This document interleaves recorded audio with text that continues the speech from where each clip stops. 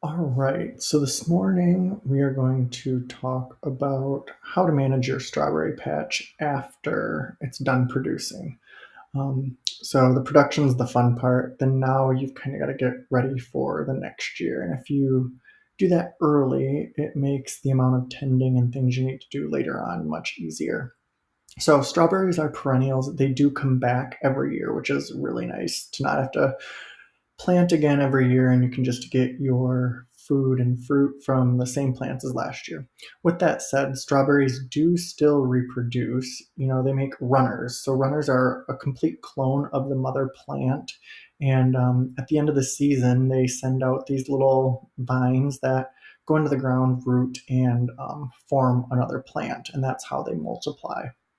Um, it's very helpful, but also a little problematic. Problematic because they don't know when to quit. Um, they just keep making more and more runners, and it'll get really unruly if you don't do anything about it. So here's a little diagram to kind of show what exactly I'm talking about if you're not familiar. So you've got the strawberry plant, it's producing the fruit, it sends out this little vine, and at first there's no roots, it's just vines and then some leaves, and then if it finds a spot that it has room to root down, it'll root down and it'll create another plant. And then you can kind of snip this runner here and have two distinct plants. And it's one way to kind of grow your strawberry patch without having to buy a bunch of plants to start to create it all. Um, so the next question is, what do you do as you get more and more strawberry plants? So um, you need to trim some. You can't just let them all reproduce. That's not going to work. You're going to have an overgrown garden if you do that. So as you're trying to grow your patch, you can train some of the runners to kind of where you want them to do. The first year, though, you really should trim all of your runners. You don't want to let any of them do it. But that's because we're trying to get that strawberry plant to develop healthy roots for years 2 through 5 when it's producing at its max for you. So forget expanding that first year. We want to focus on the roots, and then after that, you'll get fruit and runners more than you need. So here's just kind of another example of the original plant, the daughter, and what that'll look like once the daughter fully takes root. So you can do that kind of with either little garden staples. Those look like little garden staples, or what we would do at my grandma's garden is we would just put a little hunk of dirt on top of the runner to kind of train it to the spot that you want. It'll put its roots down, and then you can kind of cut it after that. So either work for training your runners. If you've got a really small spot, what you can do is kind of guide the runner into another pot and root it there, and then cut it once the roots have developed. And that's a good way to kind of give them away, because again, you're going to have more than you know what to do with. Um, Here's an example of my patch, or a patch that I have, and you can see this image over here. It hadn't been maintained for 3 years. So I got these berries from my grandmother 600 miles away, brought them over. There weren't enough. So the first 2 years, I just let the runners go crazy to kind of expand and multiply. And it got to the point that it was an overgrown mess. So then I needed to go in and manage it a bit. And that's where you're taking out the plants that are in between and don't have the root system to produce fruit anyways, and that makes more space for the plants that are producing. um, it keeps the moisture levels down so the berries aren't molding. It also makes it so there's not as much space for the pests to hide to eat your berries. You do have a little bit more to worry about with birds when they're uncovered like this, but again, it's for the best, and it's just another thing to manage. So this is what my garden would have looked like maybe 3 years ago, and this is what it looks like if you just let the runners multiply unchecked after about 3 years. So we went through and rejuvenated this bed and got it looking more like this first one again, or the second one again.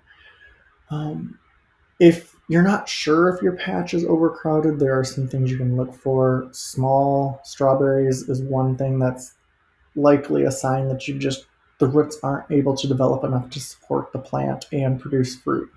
Pale and yellow leaves mean you're not getting enough sunlight to all the leaves, and the leaves are dying. They're not getting enough nutrients. They're being choked off.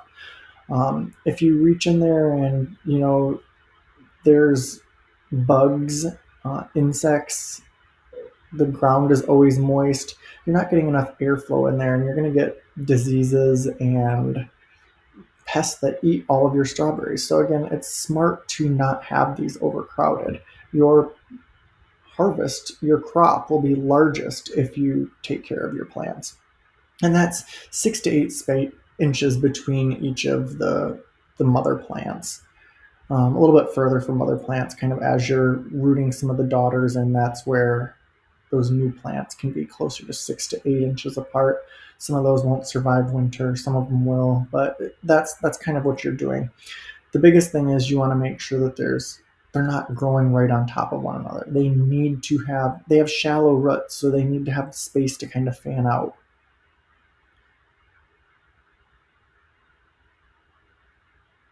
You want to train your runners after the harvest is over. That gives the new plants that you're selecting to keep lots of time to grow their roots before the frost in the fall and winter. Um, if they're growing runners later in the season, you're better off just cutting all of them, because they're not going to be able to get enough roots into the ground to survive. And the ones that do are going to be really weak and unthrifty plants that are going to be prone to disease and impact your entire patch. Um,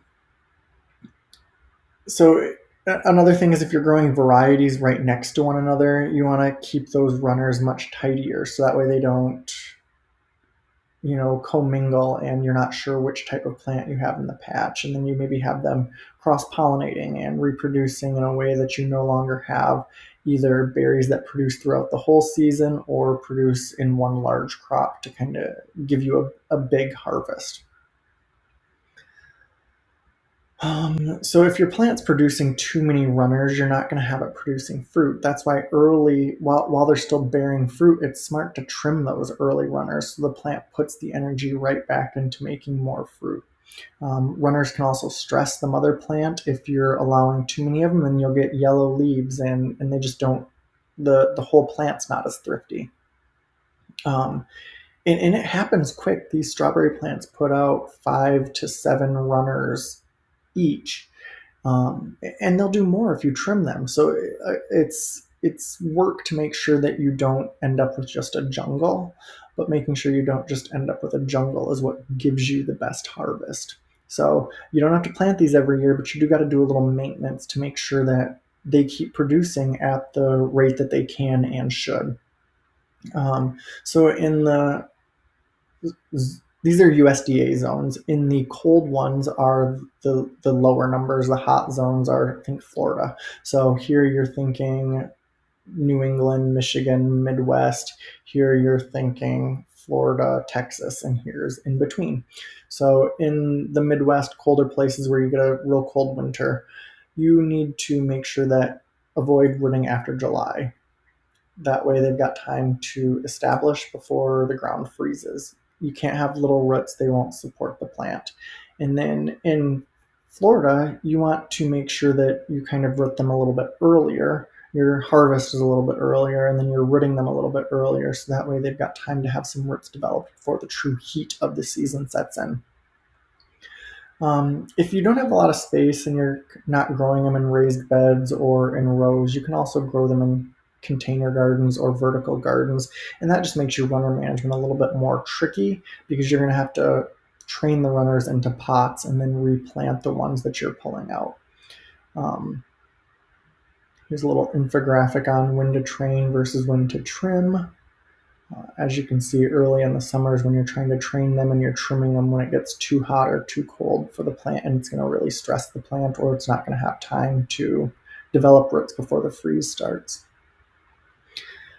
Some mistakes that you want to avoid: don't let every runner root. There are way too many. You'll end up like my bed looked like in year 3, where it was like I was just trying to multiply so I could have as many berries as possible to get it started.